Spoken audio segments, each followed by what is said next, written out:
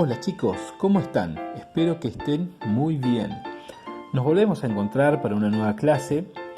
La clase de esta semana se va a tratar acerca de la historia de Jesús y el joven rico, que se encuentra en el Evangelio de Mateo, el capítulo 19, desde el versículo 16 hasta el versículo 26.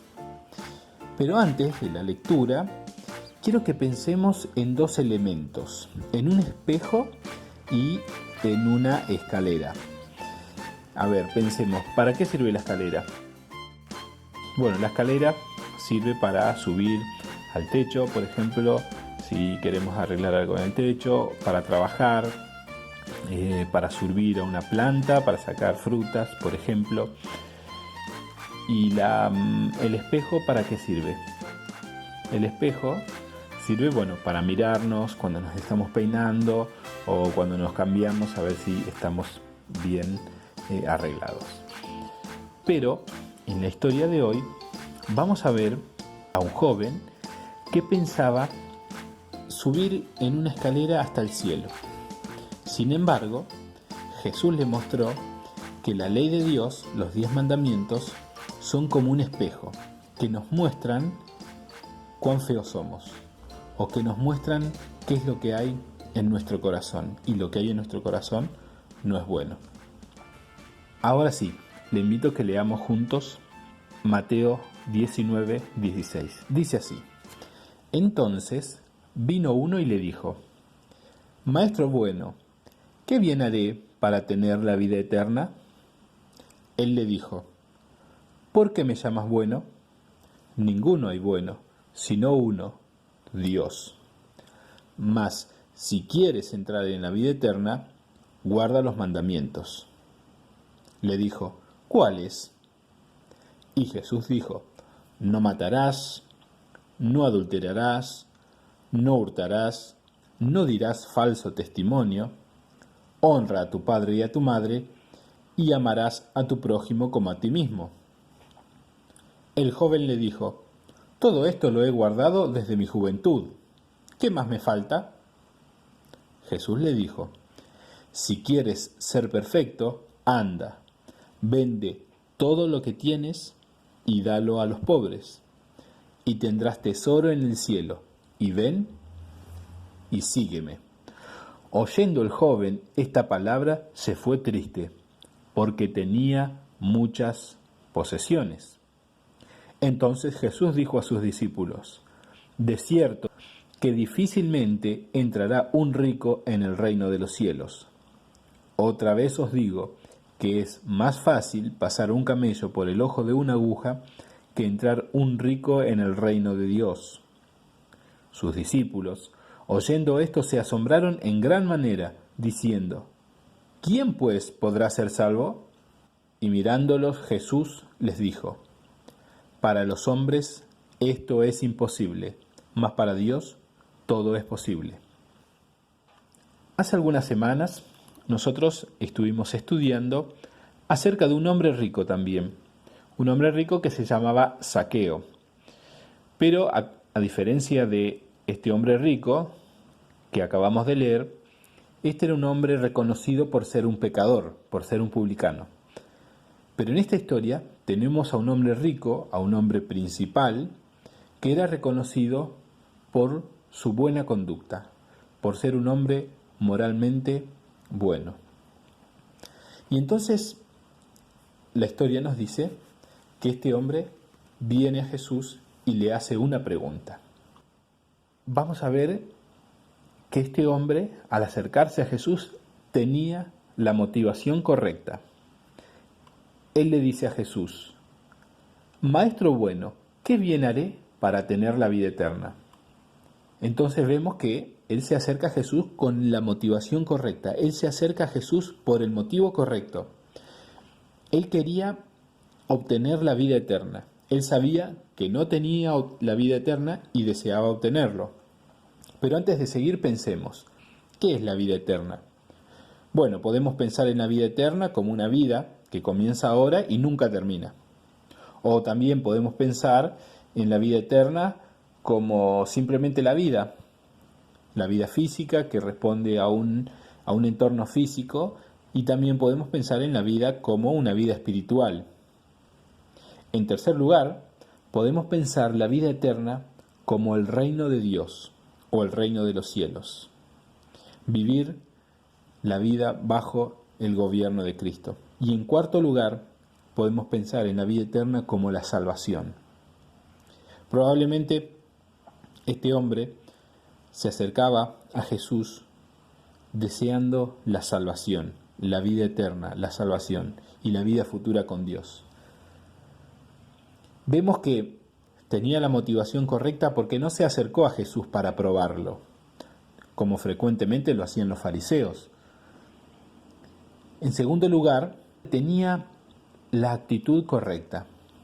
En otros evangelios nos cuentan que se acerca a Jesús y se arrodilló delante de él y le dice: Maestro bueno, ¿qué haré para obtener la vida eterna?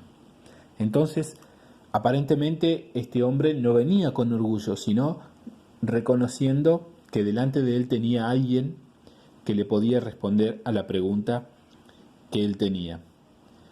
Vemos que probablemente esta persona estaba desesperada, se daba cuenta que no tenía la vida eterna y deseaba. Por eso se acerca a Jesús. También observamos en este texto que este muchacho acudió o se acercó al lugar apropiado, al lugar adecuado. Se acercó a Jesucristo. A menudo nosotros vemos que hay personas que se dan cuenta que a su vida le falta algo, pero no buscan en el lugar adecuado. Buscan en todos los lugares menos en Jesús. Seguramente este muchacho no se había dado cuenta quién era realmente el que estaba delante de él. Él seguramente no se había dado cuenta que era el Mesías, no se había dado cuenta que era Dios encarnado, pero de todas formas acudió al lugar adecuado. También observamos que hizo la pregunta correcta. Si bien, por su religión, por el entorno en el que vivía este hombre, tenía un pensamiento basado en las obras, en los hechos, en que él podía ganarse la vida eterna a través de su comportamiento, la pregunta no era equivocada, porque todos tenemos que hacer algo para tener la vida eterna. Y ahora más adelante lo vamos a ver, qué es lo que tenemos que hacer para obtener la vida eterna. Pero aunque el hombre tenía la motivación correcta, tenía la actitud correcta, fue al lugar correcto, también hizo la pregunta correcta, pero este joven estaba lleno de orgullo. Este joven no se sentía pecador. ¿Y cómo sabemos esto? Jesús le dice: si quieres entrar en la vida eterna, guarda los mandamientos. Y este muchacho le dice cuáles, y ahí Jesús le enumera una serie de mandamientos. No matarás, no adulterarás, no hurtarás, no dirás falso testimonio, honra a tu padre y a tu madre, y amarás a tu prójimo como a ti mismo. Entonces el joven le dice: todo esto lo he guardado desde mi juventud, ¿qué más me falta?